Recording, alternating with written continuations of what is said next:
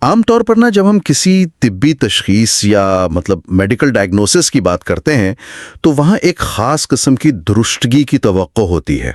بالکل، جیسے کسی انجینئرنگ کے کام میں ہوتی ہے۔ ہاں، میرا مطلب ہے کہ کسی انسان کے بازو کی ہڈی ٹوٹتی ہے تو ایکس رے مشین میں وہ ٹوٹی ہوئی سفید لکیر بالکل نمایاں ہو کر سامنے آ جاتی ہے، اور ڈاکٹر بس اس کی طرف اشارہ کر کے بتا دیتا ہے کہ مسئلہ کہاں ہے، ہڈی ٹوٹی ہے یا بالکل ٹھیک ہے۔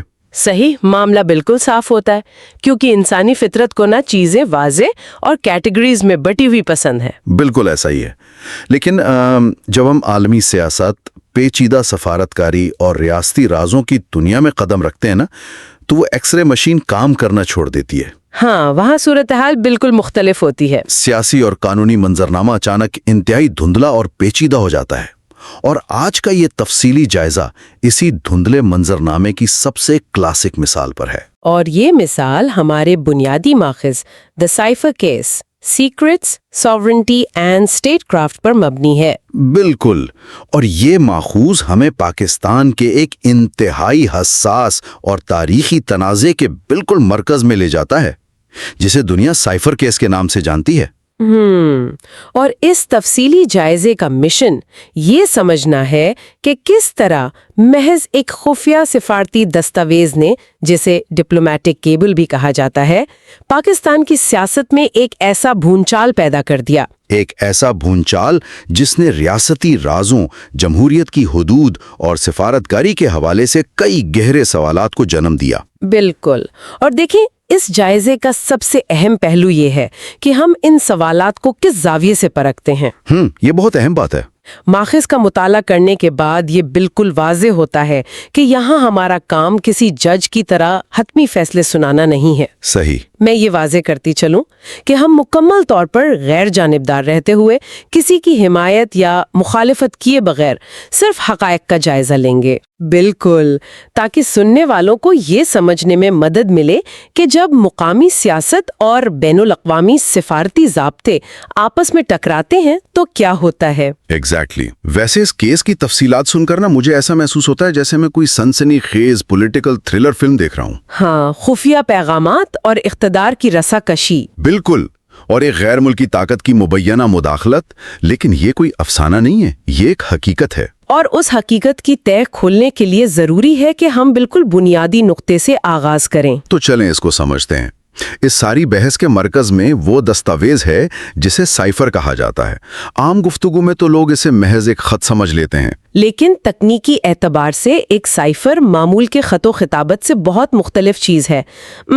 تکنیکی سطح پر سائفر کسی عام ای میل یا واٹس ایپ میسج کا نام نہیں ہے۔ اچھا، تو پھر یہ اصل میں ہے کیا؟ یہ ایک ہائی لیول انکرپٹڈ یعنی خفیہ کردہ پیغام ہوتا ہے۔ جب کوئی سفیر انتہائی حساس معلومات بھیجتا ہے تو اسے معمول کے نیٹ ورکس پر نہیں بھیجا جاتا۔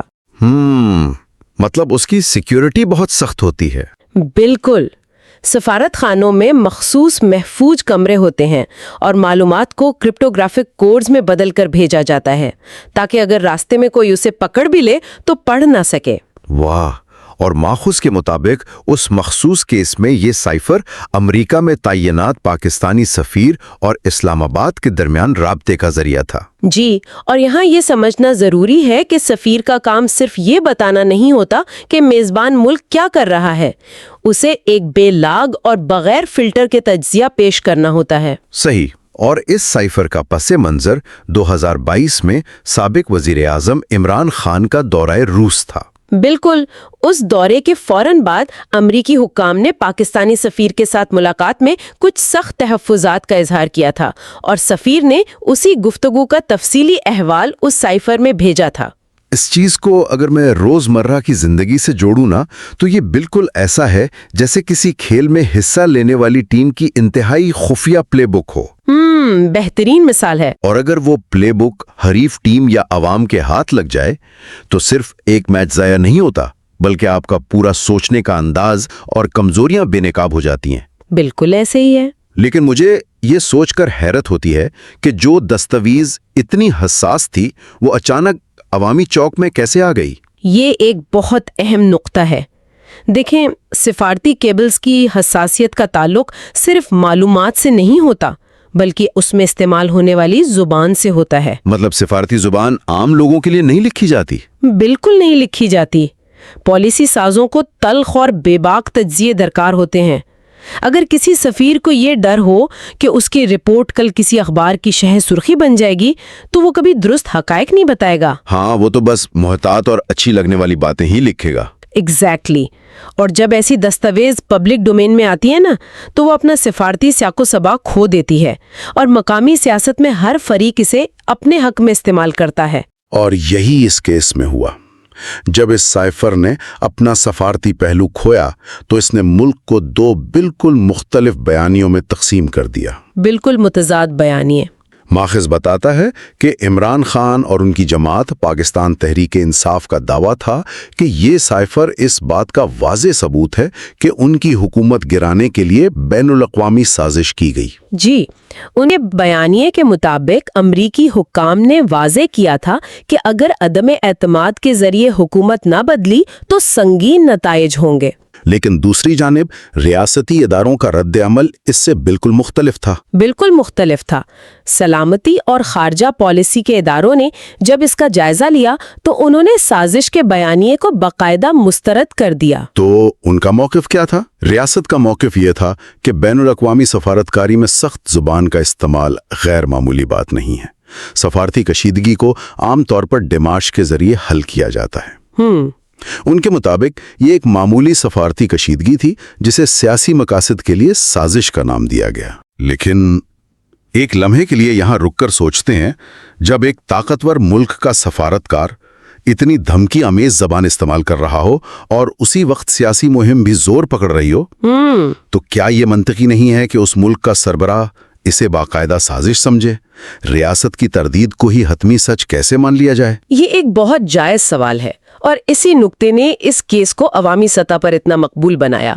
بڑی طاقتیں عموماً دباؤ ڈالنے کے لیے سخت زبان استعمال کرتی ہیں۔ صحیح۔ اور ایک سیاسی رہنما کے لیے اس دباؤ کو غیر ملکی مداخلت قرار دینا سیاسی طور پر بہت مضبوط بیانیہ ہوتا ہے۔ لیکن ریاست اسے کس طرح دیکھتی ہے؟ ریاستی اداروں کے نقطہ نظر سے مداخلت اور سازش کے درمیان ایک بہت بڑا تکنیکی اور قانونی فرق ہے۔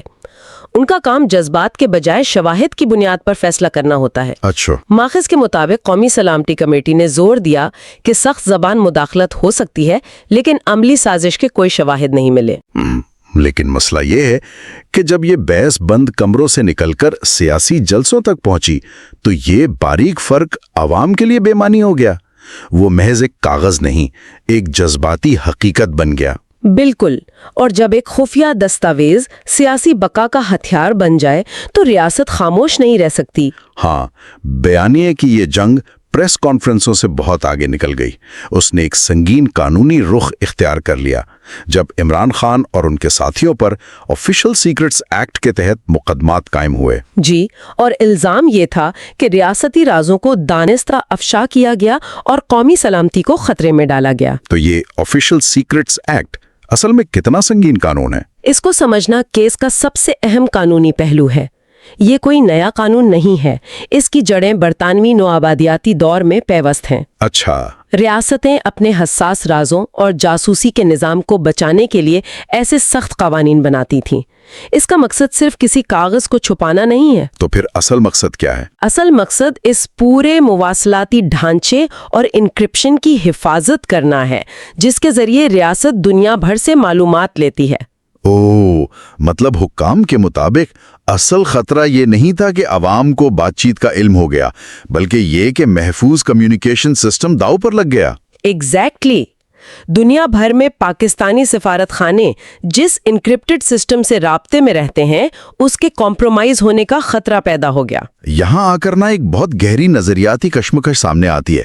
ایک طرف سیاسی قیادت ہے جو کہتی ہے کہ جمہوریت میں عوام کو حقائق جاننے کا پورا حق ہے، اور دوسری طرف ریاست ہے جو کہتی ہے کہ عوامی شفافیت کے نام پر ریاستی راز افشا کرنے سے قومی سلامتی خطرے میں پڑ جائے گی۔ تو یہ سوال پیدا ہوتا ہے کہ عوامی شفافیت اور قومی سلامتی کے درمیان یہ سرخ لکیر کہاں کھینچی جائے گی؟ جدید جمہوری ریاستوں کے لیے یہ ہمیشہ سے ایک پیچیدہ مسئلہ رہا ہے۔ سفارتی خط و کتابت میں رازداری اس لیے ضروری ہے تاکہ ممالک کا آپس میں اعتماد قائم رہے۔ بین الاقوامی تعلقات تو اعتماد پر ہی چلتے ہیں۔ بالکل. اگر کسی ملک کو لگے کہ اس کی نجی گفتگو سیاسی مہم کا حصہ بن جائے گی تو وہ کبھی حساس معلومات شیئر نہیں کرے گا. قانونی کارروائی اسی ڈگمگاتے اعتماد کو بحال کرنے کی کوشش تھی. صحیح. اور ماخذ سے یہ واضح ہوتا ہے کہ یہ محض ایک مقدمے کی کہانی نہیں ہے. اس واقعے نے ایک پنڈورا باکس کھول دیا ہے. جی بالکل. اس نے قومی سلامتی، سفارتی رازداری اور غیر ملکی اثر و رسوخ پر ایسی بحث چھیڑ دی ہے جس کے اثرات دہائیوں تک رہیں گے. اور سب سے حیران کن بات یہ ہے کہ اس گلوبلائز دنیا میں روایتی سفارتکاری کے پرانے اصول جدید سیاسی بیالیوں سے کیسے ٹکرا رہے ہیں. بالکل. سائفر کیس بتاتا ہے کہ جب کسی ملک میں سیاسی تقسیم عروج پر ہو تو سفارتی مراسلات بہت آسانی سے مقامی سیاست کا ایندھن بن جاتے ہیں. تو اس تفصیلی جائزے کو سمیٹتے ہوئے اگر ہم دیکھیں تو ہم نے ماخذ کے ذریعے سائفر کی حقیقت کو سمجھا، عمران خان کے دورہ روس اور امریکی تحفظات پر بات کی، اور ہم نے سازش اور ریاستی تردید کے متضاد بیانیوں کا جائزہ بھی لیا. جی. اور اس کے بعد ہم نے دیکھا کہ کیسے یہ بیانیہ عدالتوں تک پہنچا اور آفیشل سیکرٹس ایکٹ کا استعمال ہوا. ہمارا مقصد ان تمام حقائق کو مکمل غیر جانبدارانہ انداز میں سامنے لانا تھا. بالکل. اور اس پورے تجزیے کا نچوڑ یہی ہے کہ قانون، سیاست اور سفارتکاری کا ملاپ ایک انتہائی نازک توازن پر کھڑا ہوتا ہے. جب یہ بگڑتا ہے تو پوری ریاست کے استحکام پر سوال اٹھتے ہیں. اختتام پر سننے والوں کے لیے ایک ایسا سوال جو ہمیں مزید گہرائی میں سوچنے پر مجبور کرتا ہے. وہ کیا؟